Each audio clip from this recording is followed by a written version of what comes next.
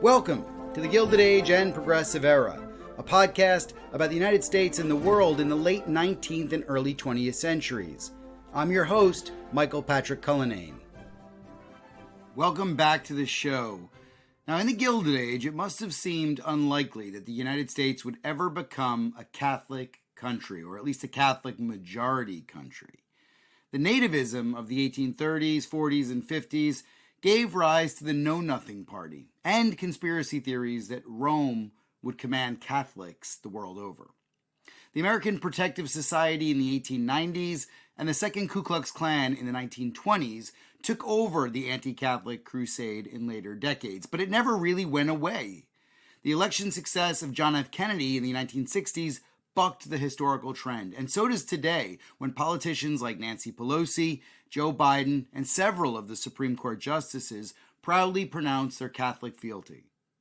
How did the nation go from a virulent anti-Catholicism a century ago to, arguably, a Catholic political majority today?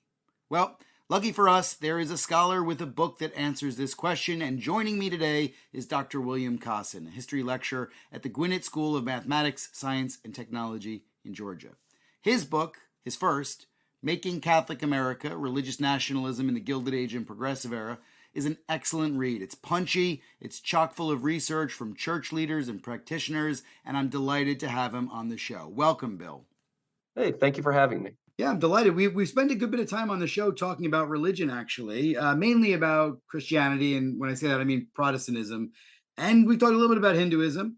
And of course, Catholicism kind of falls under that umbrella term Christian, but I'm looking forward to delving a little bit deeper today into the Catholic Church and on Catholic theology. Your book really centers on the idea of Catholic nationalism. So for the sake of everyone listening, what is it and who are the key figures in this movement, if we can even call it, I guess, a movement? So, I'm intensely interested in just kind of the questions around the making, or I guess remaking, of the American nation, especially after the Civil War. When I think I and a lot of other historians view that as kind of like a moment of rebirth, as Jackson Lears puts it, in the Gilded Age and Progressive Era. And I think Catholics have oftentimes been portrayed as sort of outsiders in the larger American story. I think that's probably changing to a degree. There's been recent books, like one of your former podcast guests, Ben Wetzel, about imperialism, and Catherine Moran's recent book on imperialism and religion, I think, are both pointing in the way, pointing to a new trend of portraying Catholics as insiders in making the American nation. So I was really interested in seeing how Catholics actually conceived of themselves as Americans. And as I was investigating this, I think I uncovered, a story that Catholics were really, really central players in forming the entire idea of American nationhood after the Civil War. Definitely not as kind of ghettoized outsiders as they've typically been portrayed, but as very much, as actual, major players in kind of the unfolding drama after the Civil War. Yeah, I mean, your book is very punchy too. It comes in under 200 pages, but in terms of books that I've read of that size, yours makes a big statement in that short space, and very convincingly, might I add, as well. One thing was puzzling me a little bit, and that is, how many Catholics are there in America in the Gilded Age and Progressive Era? What are their numbers? Like, what does the Catholic community itself look like in this period? So it's hard to find exact numbers. So, in the early 20th century, actually, there were a couple of American censuses that actually did attempt to count religious populations in the 1930s. I don't think there were any in this period yet. So estimates are hard to come by. There were actually there are actually examples of early sociology of religion by Catholics trying to figure out their own numbers, and based on baptism records, parish records, and kind of early examples of, I guess you call it, Catholic religious sociology. We could definitely say that Catholics are definitely the largest religious denomination in the United States at the turn of the 20th century. I think previous generations of historians had oftentimes looked to around 1850 as the moment when Catholics definitely kind of reached that tipping point where they become the largest community. But more recent studies, I'm thinking here of a book called The Churching of America by Roger Finke and Rodney Stark, They point to like the 1880s and 1890s as the moment when Catholics actually become the largest, but it's really hard to find exact numbers. Frequently, Catholic parishes themselves will count anybody who's baptized as a member of the church just permanently. So you have to really take those figures with a grain of salt. I mean, so if we're talking about people who actually self-identify as Catholics or, participate in regular worship or go to mass, or whatever else they use to self-define, the numbers are really, really nebulous. But I think it's pretty safe to say they are the largest community. But as far as what they looked like, I mean, this is the heyday of the post-Civil War immigration boom, and the Catholic Church, just like the rest of the United States. I think that's why I'm so interested in Catholicism. I think in some ways it kind of is like a microcosm of American society. The Catholic Church in particular is so heavily characterized by the immigration boom from Eastern and Southern and Central Europe. So you're starting to see Catholicism become much more diverse itself. It's not just the Church of Irish and German immigrants anymore. There's also sizable numbers of Polish Catholics and Austro-Hungarian Catholics and Italian Catholics, especially in major urban and centers in the Midwest and Northeast. So while there's lots of Catholics in other parts of the country too, certainly the upper Midwest around the Great Lakes and the Northeast and New England are definitely, the hot spots of turn of the 20th century Catholicism. Yeah, it's fascinating too. I mean, I guess there are probably similar numbers of Protestants, but different denominations mean that it's a slightly more fractured setup.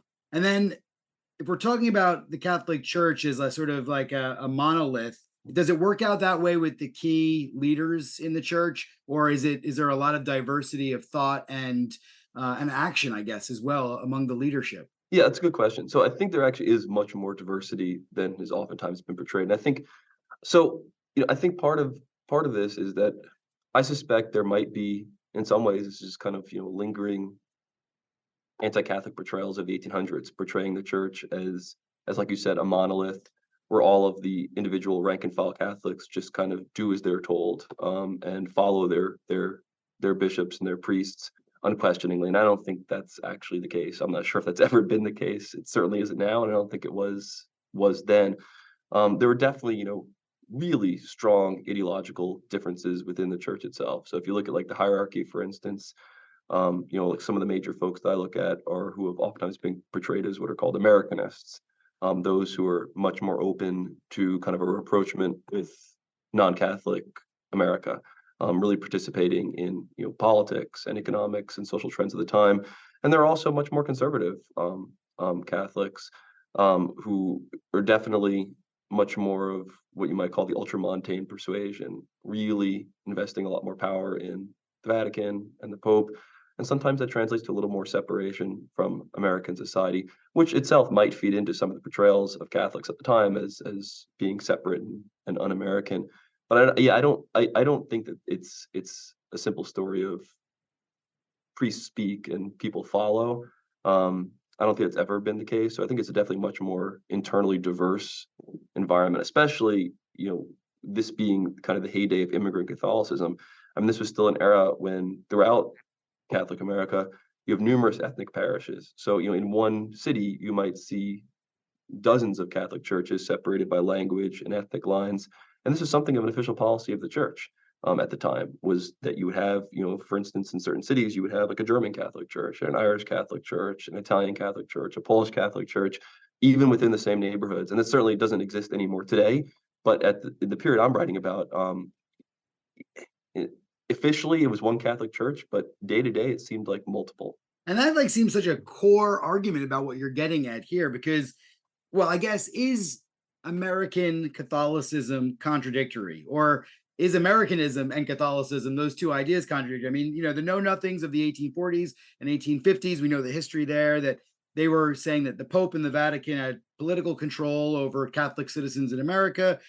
Yet American Catholics are intensely loyal to the American state and the nation. And what your book is arguing is that they make, in many ways, the state and nation how we know it today. So how do we square that circle? And is it contradictory? But it's a question that I've considered for a long time too, because on one hand, like I don't want to feed into like the worst of the know nothing propaganda of the 1830s and 40s.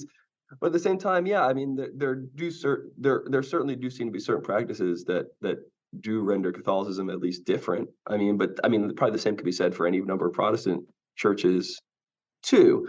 So I think if you're looking at the Americanist wing of the church, and I guess I should define terms here a little bit in case someone isn't familiar with this, but Americanism is I don't quote unquote movement. It's hard to describe exactly how uniform or concrete movement it was. At the very least, a certain constellation of ideas that Catholicism and Americanism were certainly not incompatible, and that Catholicism and Americanism, should actually in some ways be seen as one and the same. That the best of Catholicism represents the best of Americanism, and vice versa. In the late 1890s, Pope Leo XIII actually condemned in a papal encyclical what he called Americanism. But a lot of folks at the time who would call themselves this felt that it was something of a caricature of what they were actually teaching. That the Pope's condemnation portrayed Americanism as a heresy that essentially said that Catholic Americanism was distinct from the Universal Catholic Church. And I don't think that's exactly what Americanists themselves are saying. But what historians have pointed out is that they have argued for a while is that this really kind of rendered American Catholicism sort of moribund for a time, that it basically frightened Catholics away from saying anything that might seen as being out of line with Catholic authority from the Vatican. So that's what I meant by Americanism, to make it simple. But no, certainly among more Americanist-minded bishops and just everyday Catholics, they would have seen absolutely no distinction between their faith and their national commitments, that they reinforced each other. But at the same time, I mean, these same Americanists, sometimes they were contradictory. They would also promote like an entirely separate Catholic schooling system for children, saying that, Catholic children should be in their own parish schools, reinforcing kind of the separate, the separation, the Catholic American kind of dichotomy, while at the same time they're trying to portray themselves as one and the same with American. So occasionally it does seem sort of self-contradictory, and they're occasionally hard to understand. And perhaps it's one reason why the movement, I think historians think it sort of just peters out eventually by the early 20th century. It's a great answer. And I'm going to give you an equally difficult question now, if you don't mind, Okay. because you've written this great book. But that's one paradox in the book. The other paradox you kind of already alluded to, but I want to dive into, give you a bit more time to kind of elaborate on. And that is about immigration. So obviously, immigration is such a huge factor in the Gilded Age and Progressive Era. But how much does immigration either set back or accelerate the Catholic co-option of American nationalism? It's a good question. That's something I definitely explore in the book. And something that I was interested in even back when I was in graduate school was, how did older guard Catholics, those who had quote unquote already assimilated to the American mainstream, how did they regard the Catholic immigrants among them? And it's a much more complicated story than we might imagine. So much. I mean, obviously, I'm not the first to write about nativism at the turn of the 20th century, but I think oftentimes it's portrayed as, Protestant Americans expressing antipathy to Catholic immigrants, and Catholics just sort of serving as the sort of unwitting victims of nativism without actually in any way shaping it themselves. So what I find in my research is that, indeed, Catholic bishops and priests and lay Catholics, of quote unquote assimilated communities like Irish or German at the turn of the 20th century have much more complicated thoughts on, say, Italian and Polish Catholics than we might have imagined. In their drive to Americanize the church, some of them do view the new immigrants as something of a liability. That if they don't quickly learn English and assimilate themselves to American mores, it is going to set back their church. So I mean, you definitely see, I think, a Catholic variety of nativism. Like, I wouldn't call it anti-Catholicism. It's hard. I mean, can a Catholic be anti-Catholic? I don't know. That's a complicated question. But certainly, a Catholic could be nativist. There's no question about that. And a lot of the rhetoric that I see emerging at the turn of the 20th century, especially from these Americanist Catholics, is a form of rhetoric that you would see quite comfortably existing in any number of mainstream American newspapers at the time that expressed skepticism about the growing number of immigrants. So you sometimes see Catholics discussing their concern over what they call like refuse populations that are making their way to the United States, obviously mirroring the exact same language that would have described their parents and grandparents in the 1830s and 40s. Yeah, it's incredible, and obviously such a big part of that time period. I want to work through the book a little bit because your chapters are really they're great and how they're quite distinct. Obviously, you're speaking to the idea of Catholicism and the nation in all of them, but each one of the chapters really packs a heavy punch. The first one you talk about the situation of Catholics from the antebellum era, but it really kicks off with Grant's administration and the westward expansion of Americans or white settlers. Really, how did Catholic missionaries challenge the Protestant missionaries out west? And what effect did the Catholics have on the American or the U.S. indigenous policy and on Native Americans? I mean, that's two questions in one, I guess. But since you wrote the chapter about the two in one, I think you can probably handle the question, right? Yeah, sure. So, well, I'll just note also, like you said, the book, it's five very differently thematic chapters. So, I mean, this was the real challenge in just conceiving the book is, I'm tackling a very big question here, Catholic Americanism. So obviously I had to be selective, or otherwise I could be writing, multiple volumes on this. But I try to move chronologically, from the Grant administration to the Al Smith election, or the campaign 1928. And one thing that I see that, kind of unifying them all together is a somewhat consistent message that Catholics are in some ways kind of the progenitors or fathers of the American nation. And you certainly see this on the Western missions. Yeah, I'll just as a brief kind of like aside, what really started this entire project was, so as with many academics, the book comes from at least somewhat from the dissertation. And the dissertation had a much different focus. And this is like a radically different focus. It was much less on nationalism and much more about how Catholics made sense of Protestants around them. So that was like the dissertation was called The Protestant Image in the Catholic Mind, which I just like shamelessly stole the title from George Frederickson and Mia Bay's books, White Image in the Black Mind and Black Image in the White Mind. But as I continued working, it morphed much more into a larger story about nations and nationalism. And I still maintain the Protestant Catholic interactions in the book, but I don't think it's the be all and end all like it used to be. So Catholics certainly participate in the colonization of the American West, and again, I'm not saying anything new here that religion and manifest destiny, Western expansion coalesce together, because certainly we've known that since manifest destiny. But I think Catholics oftentimes are once again absented from the story and kind of shunted off to the margins, as Catholic historians have oftentimes put it.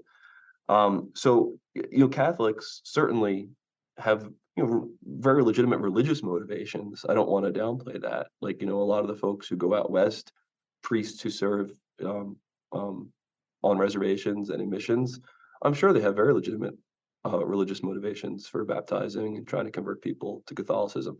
But the Protestant Catholic rivalry is unmistakable. Many of them, when they discuss mission churches, they're using a very anti-Protestant rhetoric, portraying Protestants as the enemies of religious freedom and as the enemies of free exercise of religion. In some ways, kind of inverting the more typical anti-Catholic rhetoric you'd sometimes see coming from Protestants of the Antebellum era. And that's one kind of major argument I'm making here is that Catholics really harnessed themselves to the American nation by way of anti-Protestantism. And I think that's just generally an understudied topic that much more could be done on, in the United States is how do Catholics practice anti-Protestantism? So for many of them, combined with their actual religious motivations of trying, to save souls and convert, there's obviously very much a rivalry at play here between Protestant missionaries and Catholic missionaries for the control of the Western missions here. And it really does feed into a larger story of taking control of the American nation and spreading it westward, really controlling who is going to make America after the Civil War. Is it going to be made in the image of Catholicism, aka Americanism, or is it going to be made in the image of Protestantism, which in the eyes of Catholics is an un-American force? And how does that play out for the indigenous populations west? Because that's another big part of that chapter. Yeah, so it was when I was doing research for the dissertation in the book, like it was fascinating to me to find numerous petitions from Indian Catholics, which I was really pleased to see because sometimes those don't always come up, in the scholarship. Like, so previous scholarship on what was called the Bureau of Catholic Indian Missions, or the BCIM, which is kind of one of the major institutional players in the Catholic presence in the West, had very much been an institutional history, really heavily focusing like just on the Washington D.C. work, which is important. But it was pleasing to be able to actually find examples of um, Indian Catholics like speaking their own mind here. But at the same time, it's sometimes hard to gauge exactly how much was mediated or unmediated by the Catholic missionaries. So frequently, for instance, like the petitions I was finding in the archives were either typed transcripts or handwritten, presumably in the hand of the actual mission priests themselves. So it's always tough, like, oh, how much of this is the priest's voice and how much of this is the actual Catholic Indian voice. It's hard to say. Um, Oftentimes, it was sometimes disturbing and disappointing, but pretty predictable to see like the Protestant and Catholic missionaries really viewing like the Native Americans, maybe not explicitly, but implicitly as pawns. And that was always kind of a disappointing, but again, expected portrayal. Like so, I said Catholic natives like have a voice, and there are numerous newspapers, for instance, like the Indian Sentinel or the Indian Advocate, where they do actually get to like write and speak their minds. But really, what I'm seeing in the archives is a lot of it is very much through the lens of the institutional Catholic viewpoint. Seeing the Native Americans as, in some ways, just kind of caught in the middle of this tug of war. And that's something that I would like to do more work on, is trying more to like say, okay, what did the Native Catholics actually think? Because again, so much of it is hard to retrieve with the sources I was using, which are very clearly like through the lens of how do we beat the Protestants? Absolutely. There's a great book that came out recently, Christina Dickerson Cossen, called Black Indians and Freedmen, about the African Methodist Episcopal Church. And for me, it was a huge eye opener about the engagement with missionaries in the American West during this period of expansion. To bring up another book that showed up on the podcast, Ruth Harris's book about Swami Vivekananda, who was the Hindu and mystic, I guess, who came to Chicago in 1893 to the World's Fair and kind of brought yoga to America, right? It's a great story. Your book, my favorite chapter in your book, is also about the Columbian Exposition in Chicago that year, 1893. I think most historians and scholars of the period think about the White City and the Chicago World's Fair for its grandeur, its architecture, showcasing technology, even showcasing the U.S. as a global power. But what Ruth's book did so nicely was showcase how religion was central to it. And when I got to your chapter, I was so excited to read about how the World's Fair had a big impact on Catholics. So you have to tell us, what did the World's Fair do for Catholics and for the idea of Catholic nationalism? Sure. Yeah, that was actually my favorite chapter to write too. So, when I was in graduate school, and World's Fairs are a major part of the Gilded Progressive Era scholarship. So I became fascinated with them, as I'm sure a lot of historians in our era are too.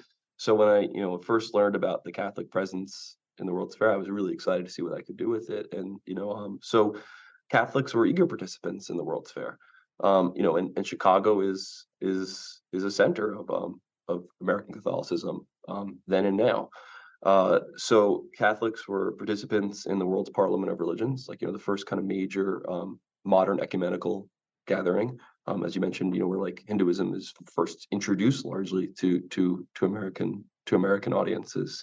And they also have their own Columbian Catholic Congress, which was something that was becoming more routine after the Civil War, was Catholics gathering periodically, both lay and clerical together, just to discuss, common affairs of interest. So a few years before, there had been a Catholic Congress in Baltimore to celebrate the 100th anniversary of the founding of the Diocese of Baltimore, the first American Catholic diocese. And they began planning there, like, okay, what can we do at the Chicago World's Fair, which they knew was coming up? And they decided, well, let's hold a Columbian Catholic Congress. This was the quadricentenary of Columbus's 1492 voyage to the Americas. And already in this period, you started seeing a lot of American Catholics really starting to latch on to the memory and image of Columbus as kind of like the original American founder, and really then solidly portraying Catholicism as a major force in the forging of Americanism going back centuries. Even before there's an America, there's a Catholic America. So for a lot of Catholics, this was in some ways kind of like a public debut as a leading force in American life. Was demonstrating, through their work at the World's Parliament of Religions or at their own Colombian Catholic Congress, that, by way of Columbus, Catholics have always been there. They're not an outsider force. They are, like, in some ways, the original Americans, really portraying themselves as, in some ways, even pre-existing the idea of an American nation. It was like, here's Catholicism. Think of the Spanish and the French. Like, long before there was a Protestant America, there was a Catholic America. And I think you definitely see this coming through at the World's Fair. And and by all accounts, like, they had a really, like, congenial relationship with a lot of the other religious groups there. And I think that's something that also was, surprising to me. But less so as I got into my research, was that again, because of this dominant image for a long time of Catholics as these outsiders, to see them brushing, kind of rubbing shoulders with people, not just Protestants, but non-Christians, is surprising, I think, to a lot of folks. But otherwise, it's a pretty positive experience for Catholics. And a lot of the Catholics who were actually speaking, many of them were from this Americanist wing. These were the folks who were really overrepresented in the planning of the Catholic presence at the fair. And as far as public speakers went, it was almost all, like, kind of self-identified Americanists, which itself is not surprising to me.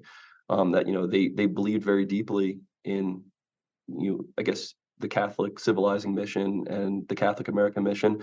And for them, this was definitely a chance for them to show off just how American they were.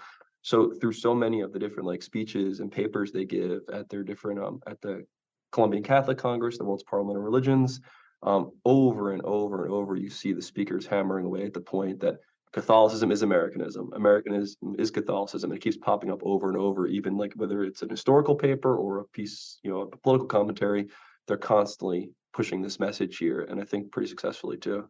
Yeah, it's a great depiction too, I think, of that civilizing mission. And it's a great segue to the next chapter of your book, which looks at the Philippines. And I have to admit that one of my favorite writings by Mark Twain is to the person sitting in darkness, which is, of course, associated with the Philippine American War. But it's really, if you read the context and if you actually read the whole document, it's a response to Cardinal Gibbons, the Catholic cardinal, and to Catholic missionaries in the Philippines, American Catholic missionaries.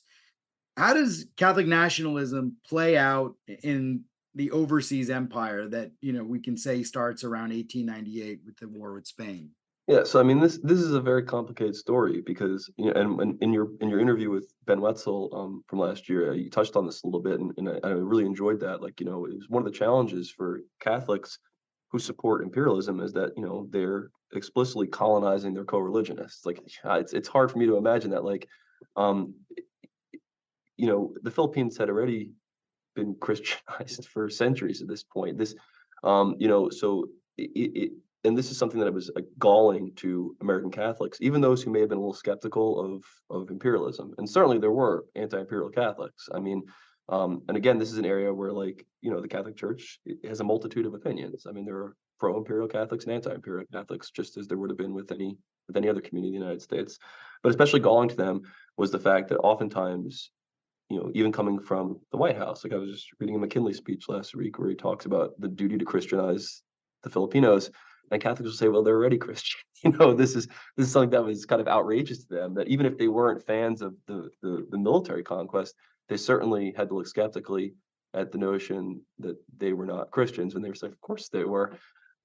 So, I think Wetzel is right to point out in his book and in the interview with you, that, like, there were a lot of pro-imperial Catholics. They were able to square away their misgivings of having to conquer a Catholic country, and recognize that this was an opportunity for them to once again spread their Catholic American mission westward. So I think, like, I don't really see too much of a distinction, and I don't think the people at the time did, between what Catholics were doing on the missions in the West and what they were doing in the Philippines.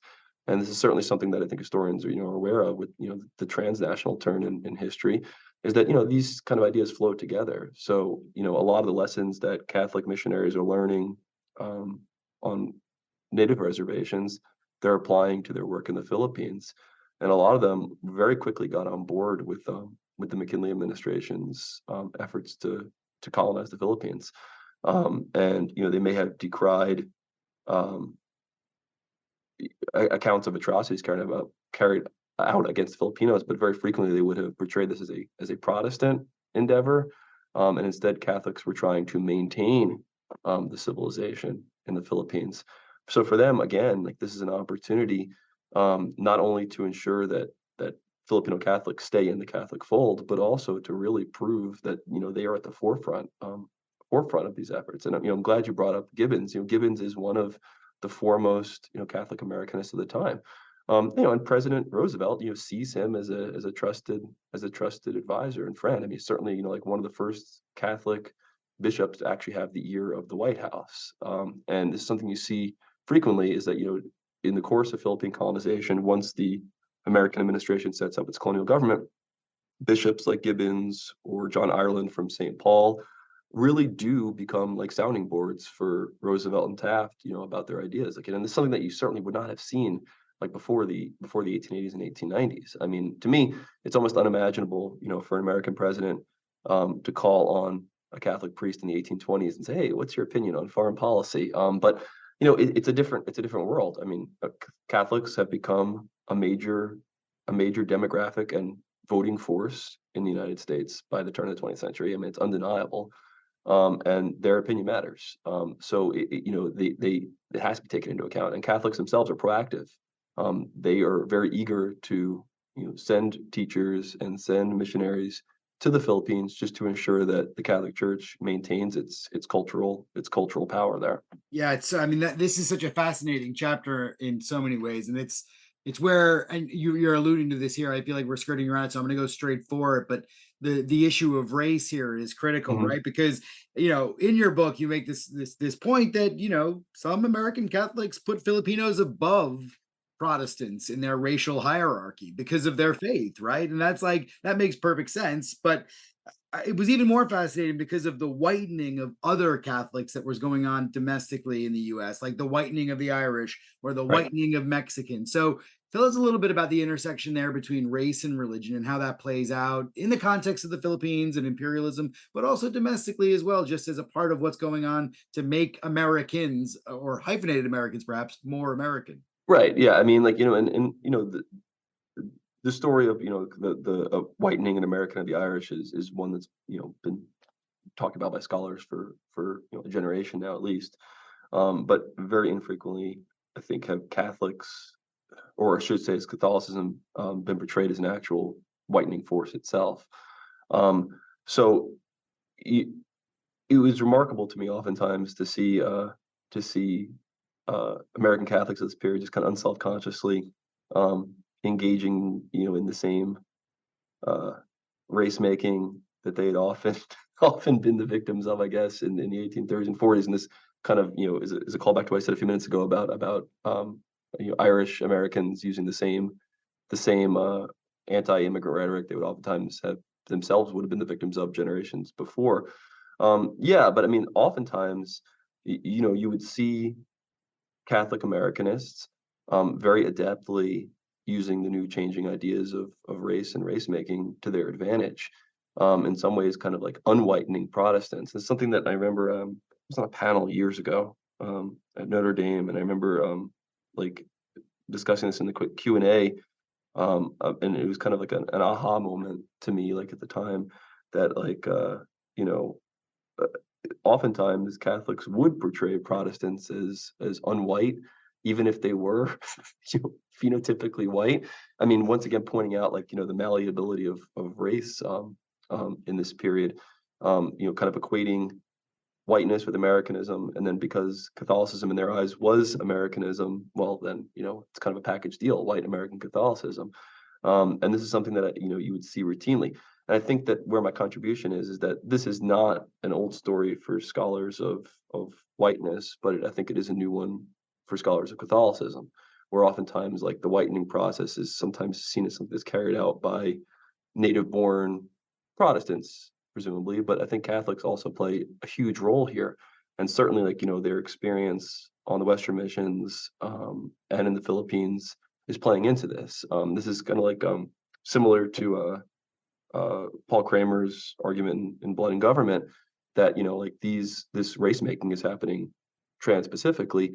I think that's one area that until recently has not been has been understudied, is the Catholic role in that.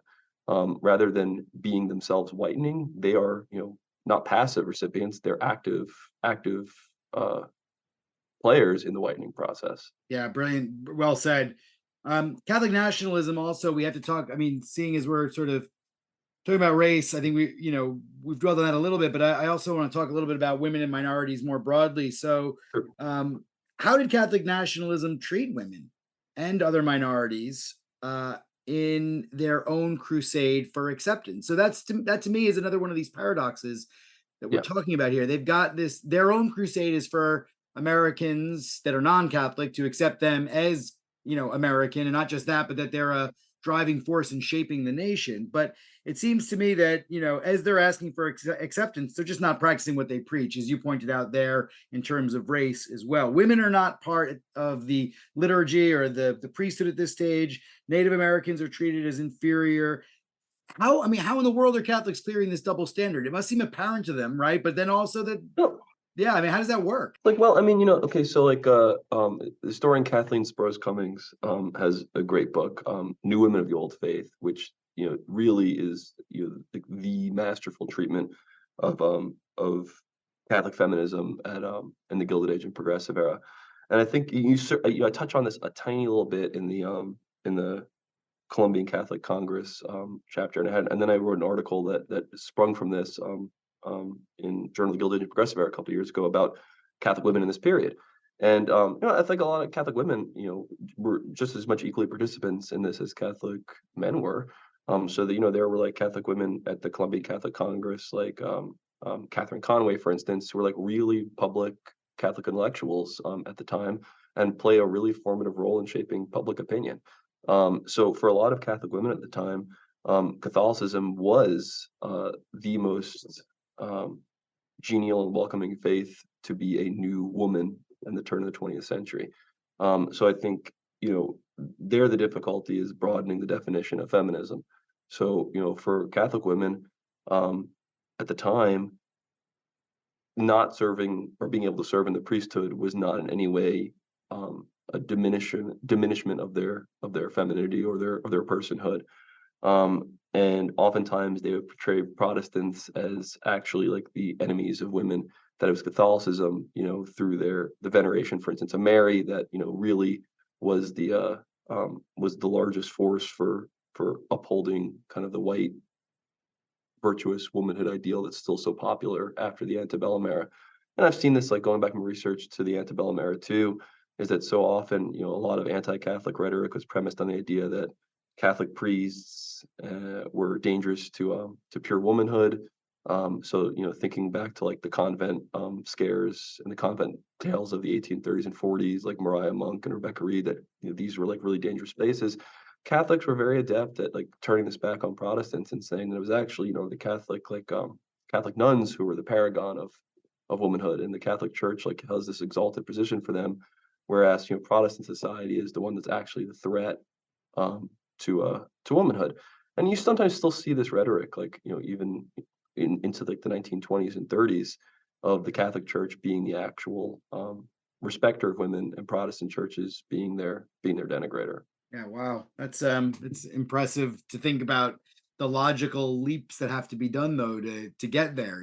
Yeah, something that's yeah, that a lot of times when I'm doing the research, I'm like, how do they believe this? But then again, I mean, like, the past is a different country, so Well, the past is, and I guess faith is too. I mean, I've talked to a couple of scholars of religion, and this is one of the things that they often say is that we have to understand faith in a different way than we understand logic, I guess, and that's I think that's putting yourself in the shoes of the people of a different time is sometimes also putting yourself in the shoes of someone with a different faith. Um, sure. yeah. Well, I want to give you an opportunity to speak to the breadth of your work as well, because we kick off in the 1860s in earnest, I guess, but we move all the way up until 1928 in the election of Al Smith. What's the change in that time period? If you had to describe the change for Catholicism and Catholics, and then also what's the punctuation mark at the end at 1928 when Al Smith becomes governor of New York? What's the punctuation mark to end kind of your book and say, this is where we've come to? Okay, so well, the 1920s itself is a critical decade. Okay, so this is obviously like the decade of, I mean, at least as far as like the chronological span of your podcast goes, this is the end of the progressive era. I mean, like I mean, I've never seen many scholars say it ever goes past the 1920. But obviously the 20s is a critical decade for immigration history. With the quota systems being put in place by 1924, and this is going to have obviously a heavy impact on Catholic population. I mean, that's basically, it makes it almost impossible for um, most of the largest Catholic immigrant countries of the period to send many more immigrants or migrants to the United States. So, this is sometimes seen as like an era by Catholic scholars as like this is where the assimilation really begins in earnest. I think that's been the typical portrayal for a long time. Is okay, no more new immigrants coming in from largely Catholic countries, and this is when you really start seeing Catholics like making the move into what we call I guess the mainstream. Like so, I've seen really good work on this. Like there's a scholar, Anthony Burke Smith, who has a book called The Look of Catholics, where he argues that by the 1940s you start seeing kind of a major change in like in Hollywood depictions of Catholics in a much more positive light. So like Bing Crosby's portrayal of like priest and and going my way in the bells of St. Mary, he's this like he's this like respectable figure, and he's like the image of modern manhood, and he's a Catholic priest. Kind of unimaginable portrayals of Catholics before this. So I think what my book is trying to say though is that I don't think that the assimilation drive begins in the 1920s. It might be accelerated, but I'm thinking that's why my book you have to go further back, because you can already start seeing kind of this Catholic mainstreaming happening decades before it's usually been portrayed in scholarship as kind of a 20th century phenomenon.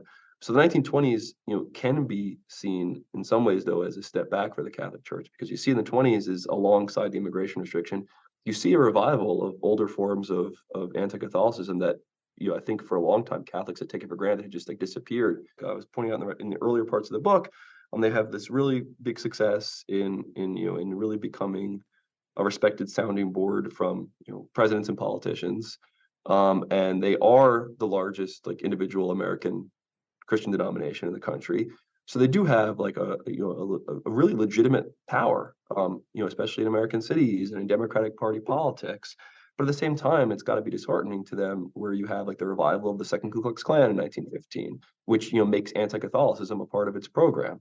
And it's almost like, wow, they thought they just got past the days of the American Protective Association, the APA in the 1890s, and here we go again 20, 30 years later. And then like curiously and bizarrely, almost 100 years after the last flare-up, you actually have a revival of like these convent tales, as they're sometimes called in the 1920s, like tales of escaped nuns who were escaping, the clutches of evil Catholic priests and sisters, and in nunneries and convents. And it's almost just like a replay of what had happened 100 years before. And actually, I found like a letter in one of in my research. I think I talk about this in my chapter on the Philippines. See the chapter, the last chapter, where they talk about how the spirit of Maria Monk, who was the famous escaped nun of the 1830s, is alive again in like the 19 teens and 20s. So I think for a lot of Catholics, the 1920s is like actually could be seen as a pretty disheartening decade with the revival of all of these forms of anti-Catholicism that had previously been thought to be largely extinct. But they basically once again they turn it around. And oftentimes you'll see them again, like portraying Catholic priests and nuns as the paragons of masculinity and femininity, and they attack anti-Catholic forces head on, and they use the courts and also the court of public opinion to make their case. So I mean, quite literally, in some cases, they actually take these supposed ex-nuns to court and try to silence them.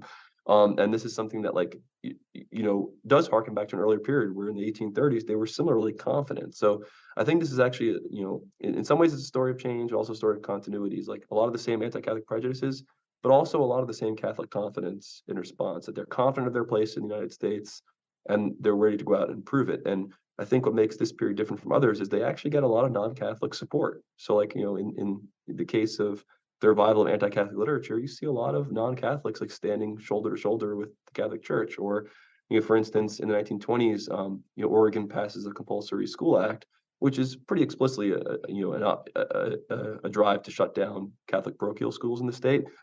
Actually, Lutheran churches joined Catholic churches in legal fights against it. So this is something that it's like, looking at the grand scope of Christian history after 1517, it's kind of amazing to see Lutherans and Catholics standing together in the 1920s, fighting for the same campaigns for religious toleration.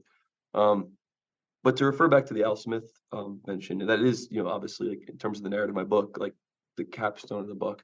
And it might seem like a curious place to end it, because I have this whole history of ascendant Catholicism from the Civil War forward, and then it ends with this like crushing defeat in the 1928 presidential election, where I think for critics of the Catholic Church, this was very satisfying. See, Catholics, they're finally have gotten their just desserts. They've been obliterated by Herbert Hoover. But I think that it doesn't really end on a pessimistic note for Catholic Americanists, because like immediately after Smith's loss to Hoover, you once again see the revival of that very confident Catholic Americanism, once again portraying the Protestant Americans as the actual foes of liberty, and in this case, like as the promoters of religious intolerance in the 1928 campaign, and portraying Smith and the Catholics as the real exemplars of religious toleration in kind of in a time period that's aiming towards more public pluralism. We're about to see the birth of Judeo-Christianity and the birth of what Kevin Schultz calls tri-faith America: Protestants, Catholics, and Jews. And Catholics actually see, like, I think the Smith campaign is a learning opportunity, not to see this as a crushing defeat, but as an opportunity to keep pushing further for Catholic mainstreaming. Okay, so picking up with that topic of looking at the grand scope of Catholicism, we've covered a number of decades here, but I'm going to push you a little bit further. And this is a bit unfair because your book doesn't cover the contemporary, but the podcast, one of the aims of it is to connect the past with the present. And so from the 21st century, it does look as though Catholicism has a special place in US politics. And I'm just talking here about some figureheads, perhaps, but obviously the president, Joe Biden, is an outspoken Catholic. The former Speaker of the House, Nancy Pelosi, regularly talks about her Catholic faith.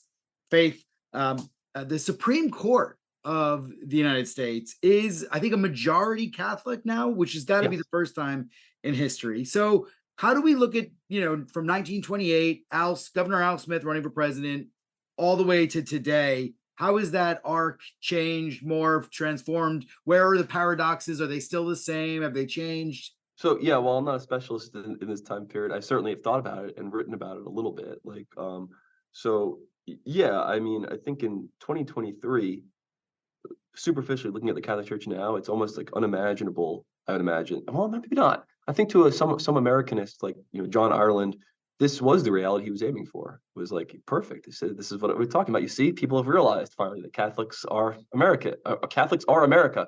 I mean, like you said, like when over half the Supreme Court is Catholic, and Catholics are like massively overrepresented in both houses of Congress, compared to their numbers. I mean, Catholics are still today something, I guess, like at least, I think something like 20-25% of the country is like at least ostensibly Catholic. So the numbers themselves haven't really changed, like, compared to 100 years ago, but certainly in terms of like holding positions of power, yeah, the Catholic Church is obviously in a different place now. So I think that that was certainly something that was probably at least in the back of my mind when I was writing this, is because I know like a lot of people are looking for that usable past, and how does it connect to the present. And I think that there are a lot of like lessons to be learned here.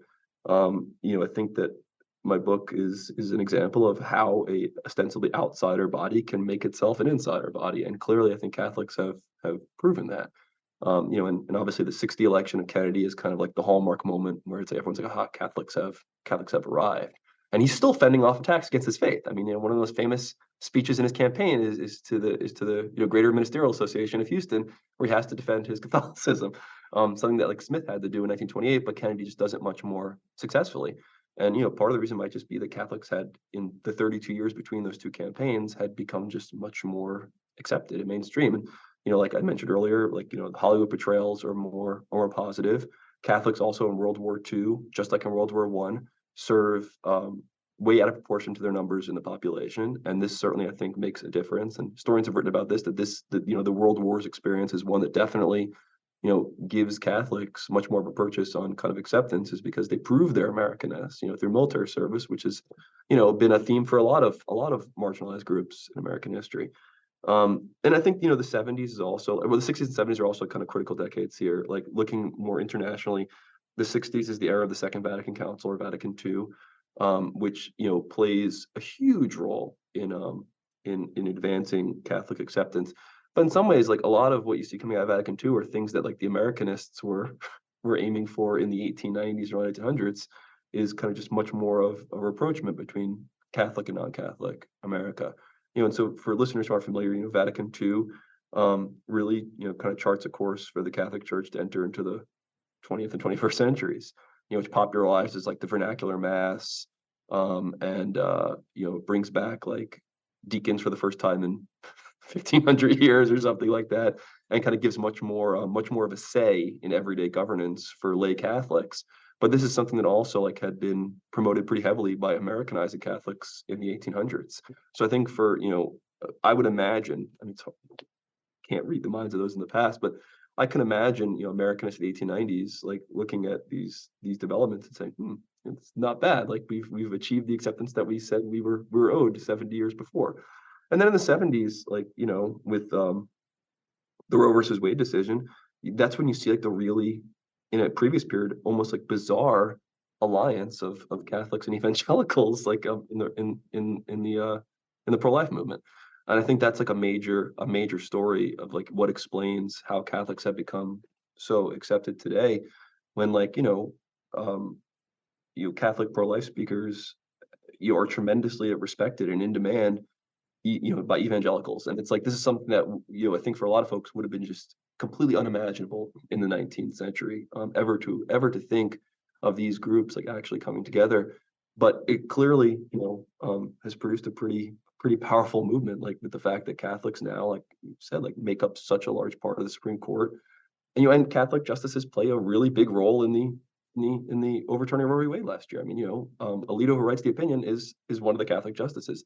And I don't think that, that's coincidental. I think that Catholics have really achieved like the mainstreaming that they were fighting for 100 years ago plus. Which makes your book an even more important story, I think, that much of what this podcast talks about is how the Gilded Age and Progressive Era was so transformative. I think much of what your book talks about is how it was particularly transformative for Catholics and their perception in the United States. So, Bill, for that, thanks a million for coming on the show and talking to us about it. Well, thank you so much for having me. This was a pleasure.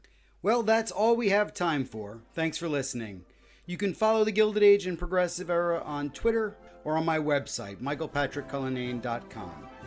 Please consider subscribing or reviewing the podcast wherever you listen, because it really makes a big difference and helps direct others to the show. I hope you'll join me again for the next episode.